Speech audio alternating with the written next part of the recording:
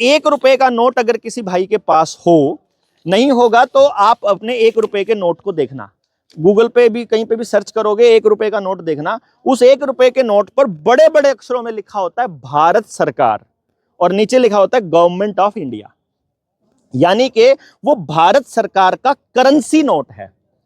फिर अगर कोई बोले कि क्या ये भी करेंसी नोट है, नहीं, ये भारत सरकार का करेंसी नोट नहीं है, ये रिजर्व बैंक ऑफ इंडिया का बैंक नोट है।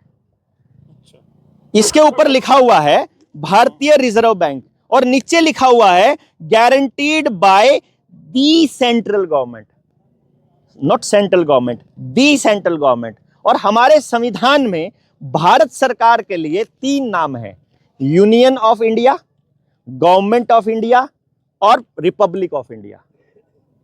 अगर आप कोई कोर्ट में केस लड़ते हो तो यूनियन ऑफ इंडिया के खिलाफ लड़ते हो, आपका पासपोर्ट अगर है कहीं बाहर जाते हो तो वो यूनियन ऑफ इंडिया के आप नागरिक होते हो, और अदरवाइज गवर्नमेंट ऑफ इंडिया कागजों में आता है। इसके अलावा कोई नाम ऑफिशियली भारत सरकार का नहीं है। तो जब आप एक रुपए के नोट पर भारत सरकार लिखते हैं तो यहां गारंटीड बाय भारत सरकार क्यों नहीं है? तो जब हमने इसके डॉक्यूमेंट निकाले तो आरबीआई एक्ट के अंदर ही इसका सोल्यूशन मिला कि ये actually the central government is the British government, तो ये जो गारंटी है this is by the British government. तो हम फिर आरबीआई के और अंदर चले गए, आरबीआई के आर्काइव में पहुंच गए, वहां से दस्तावेज निकाले तो हमको मालूम पड़ा कि RBI is a private body और उसके शेयर होल्डर्स की लिस्ट ले आए हम लोग। इतनी बड़ी लिस्ट है, मतलब आप पता चलता है कि, और भारत सरकार का उसका डिसीजन मेकिंग में कुछ भी नहीं है। भारत सरकार जो भी डिसीजन लेगी उसके सेंट्रल बोर्ड से पूछ करके लेगी, और सेंट्रल बोर्ड में बैठा हुआ है रतन टाटा, नारायण मूर्ति, नंदन नीलकणी जैसे लोग, मतलब वो डिसाइड करेंगे। गवर्नर तो यही लगाते हैं गवर्नमेंट ऑफ इंडिया, वो लगाता वो अलग बात है। रुको एक मिनट, अभी अभी अभी पहले पूरा सुनिए, अभी इसको नोटबंदी पे भी आऊंगा मैं, आपके वाले पॉइंट पे भी। तो ये गवर्नर की अपॉइंटमेंट भारत सरकार इसलिए करती है ताकि आपको लगे कि ये भारत सरकार की बॉडी है, ताकि आपको लगता रहे कि ये भारत सरकार कर रही है, ताकि आपको लगे। अब मोदी से भी इसलिए कहलवाया गया नोटबंदी के टाइम पर ताकि आपको लगे कि ये देश का काम हो रहा है, जबकि ये इंग्लैंड कर रहा था, जो भी कर रहा था ये आरबीआई कर रही थी, भारत सरकार नहीं कर रही थी। अब क्या हुआ कि आपका पैसे की वैल्यू को डिवैल्यूएट नहीं किया जा सकता, यह है पहला कानून। दूसरा एक कानून, एक सेक्शन है आरबीआई एक्ट 1934 में, सेक्शन 26 ये कहता है कि जब भी कोई व्यक्ति अपना बैंक नोट लेकर के जाएगा तो आरबीआई उसके बराबर का रुपया देने के लिए बाध्य है। इस पे लिखा है ना, मैं 10 रुपये अदा करने का वचन देता हूं। तो हमारे दिमाग में एक बात आई, क्या ये 10 रुपया लेकर के जाएं तो क्या ये हमें मिलेगा? तो हमको बैंक वालों ने बताया कि नहीं मिलेगा। उन्होंने बोला क्यों नहीं मिलेगा? वो बोले क्योंकि ये नोट असली नहीं है। तो मैंने कहा असली नहीं है? ये हमें ऑफ द रिकॉर्ड किसी आरबीआई के बंदे ने बताया। ये नकली कैसे हैं? उन्होंने बोला ये नकली ऐसे हैं, आपको इसके लिए समझना पड़ेगा। ये नोट आपने देखा होगा 5 रुपए का, इस तरह का नोट हमने अपने बचपन में, मैंने भी देखा है। ये 1965 से पहले का नोट है। इस नोट के ऊपर आपको क्या नजर आएगा? इस नोट पे आपको लिखा नजर आएगा, आई प्रॉमिस टू पे the bearer on demand. On demand अपने आज वाले नोट पर नहीं है, जब भी मैं चाहूं मांगे जाने पर। The sum of 5 rupees at any office of issue, जिस भी बैंक में जाकर के मैं इसे दूंगा, बैंक से ही मुझे पैसा मिल जाएगा। तो अभी आरबीआई कहता है ये हमने इसका एफिडेविट बदल दिया। दूसरा सवाल ये है कि क्या कोई व्यक्ति किसी का एफिडेविट बदल सकता है? अपना भी नहीं बदल सकता भाई साहब, किसी और का तो कैसे बदल देगा? तो आरबीआई के गवर्नर के एफिडेविट को जिसने बदला वो भी जेल जाएगा। दूसरा नंबर पे ये बिंदु है, इसके एफिडेविट को नहीं बदला जा सकता। तीसरा बिंदु, हमारी टीम जो है वो सुप्रीम कोर्ट में, जब हमने मतलब पीआईएल भी लगाई थी एक बार, एसएलपी लगाई थी, तो वहां पर क्या होता है उसके अंदर, छोड़ उसके अंदर क्या होता है कि हमने वहां जज के सामने 4 रुपए रख दिए। 1 रुपया ये रख दिया जो 1862 का रुपया है, 1 रुपी इंडिया, ये रानी का रुपया है। 1 रुपया हमने ये रख दिया जो 1941 का, 44 का वाला रखा था हमने वहां, और 1 रुपया रखा हमने जो लोहे वाला था, और 1 रुपया रखा हमने जो कागज वाला था। 4 रुपए रख दिए। हमने कहा जज साहब सिर्फ हमको ये बता दीजिए इन चारों में से असली इंडियन रुपी कौन सा है, और क्या इनमें से कोई रुपया चलन से बाहर हो गया है? पता चलता है कि आज भी बैंकों में ये 1861 वाला रुपया भी चल रहा है, आज भी ये 1941 वाला भी रुपया चलता है, और इसको बैंक 1 रुपए में ही लेता है। अब इसमें तो जो 1861 वाला है इसमें 90% चांदी है, और दूसरे वाले में 50% चांदी है, और तीसरे वाले में लोहा है, उसमें चांदी है ही नहीं, और तीसरा वाला कागज का टुकड़ा है। तो इसका मतलब यह हुआ, बैंक जब चारों की वैल्यू 1 रुपया मानता है तो इसका मतलब बाहर भी उसकी वैल्यू बराबर होनी चाहिए। तो हमारे दिमाग में सवाल आया कि इसका मतलब इनमें असली रुपया कौन सा, पहले पता करो।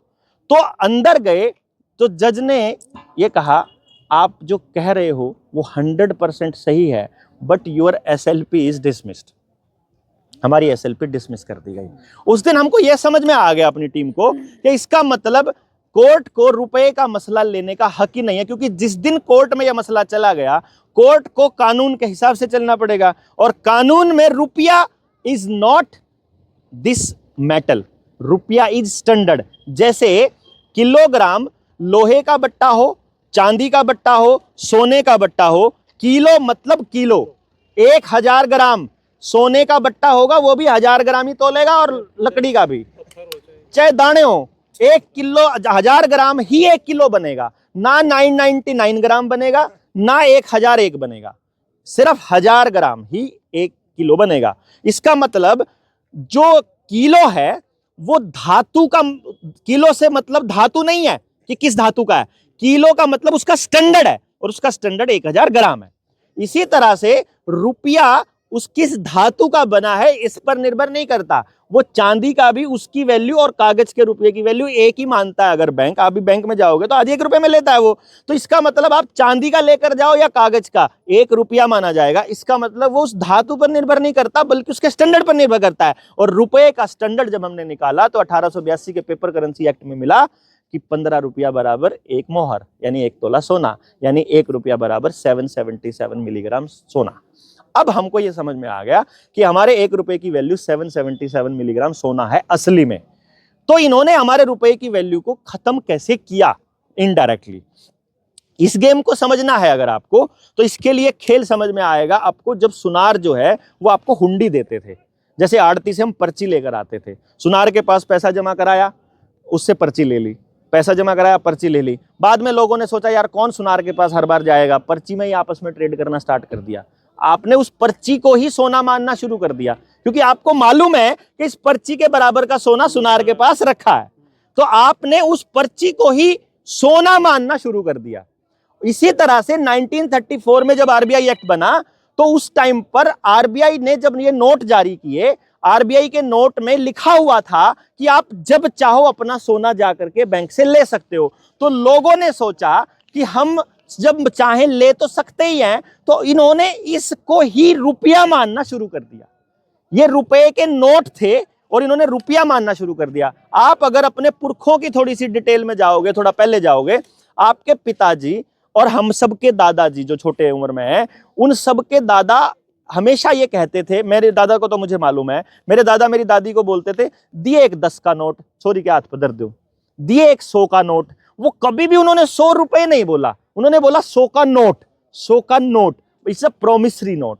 तो उनको मालूम था कि ये 100 रुपए नहीं है, 100 रुपए का नोट है, इसके बदले का सोना वहां रखा हुआ। और हमारे पुरखे इस बात को जिक्र किया करते थे कि जितना सोना नहीं कहा करते, वो जितना सोना सरकार दो रहा हुआ उतने छाप सके, उससे फालतू नहीं छाप सकते। सोने की रेशो में वो सोना कितना है वो ये है, वो अमाउंट हम ठा लाए। यह जो सोना तोड़ा था ये मोदी ने कौन तोड़ा था? राहुल की माँ तोड़ के गई थी। हाँ, कड़कतम एक आदमी का, ये सारे एक के हैं। इस टाइम पे जो मोदी की गेल बैठे हैं ना 288 MP, उनमें 144 तो पहले हम यूपीए में थे। ये जगह बैम है कि बीजेपी की सरकार है। नोटबंदी इसने क्यों करी फिर? मैं बताता हूँ इस गेम को। नोटबंदी इसने नहीं करी है, नोटबंदी इससे पहले बहुत हो चुकी है, हमको मालूम नहीं चलता। जैसे 2000 का नोट चुपचाप गायब कर दिया गया, आपको पता भी नहीं चला। वो 10-10 के नोट जिनका मैं 5 रुपए,